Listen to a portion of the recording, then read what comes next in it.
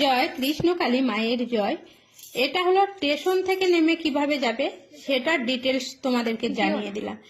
বর্ধমান স্টেশনে নেমে 8 নম্বর প্ল্যাটফর্ম দিয়ে বেরিয়ে পিছন দিক দিয়ে বেরিয়ে যাবে।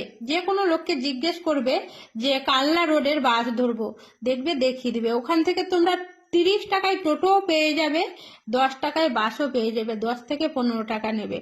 শুধুমাত্র পিছনের গেট দিয়ে তোমাদেরকে বেরোতে হবে কালনা রোডের বাস ধরার জন্য, আর কোনো কিছু করতে হবে না। আর প্রথম গেট দিয়ে যদি তোমরা বেরাও 1 নম্বর প্ল্যাটফর্মকে কিছু, তাহলে কি হবে, ভাড়াটা অনেক বেশি নেবে, 200-250 টাকা টোটোতে ভাড়া চাইবে।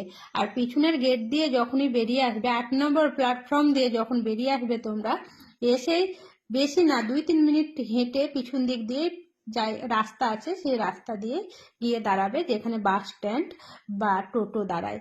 সেখান থেকে তোমাদের মাত্র 30 টাকা ভাড়া নিয়ে একদম মায়ের মন্দিরে পৌঁছে দিবে টোটোওয়ালারা। তাই একটু তোমরা এই ভিডিওটাকে দেখলেই বুঝতে পারবে যে কিভাবে মায়ের মন্দিরে পৌঁছে যাবে তোমরা, সঠিক ভাড়া দিয়ে সঠিক টাইমে আসতে পারবে। কোথাও ঘোরাঘুরি করতে হবে না, ছুটাছুটি করতে হবে না, একদম মায়ের মন্দিরে এসে ভক্তদেরকে পৌঁছে দেবে।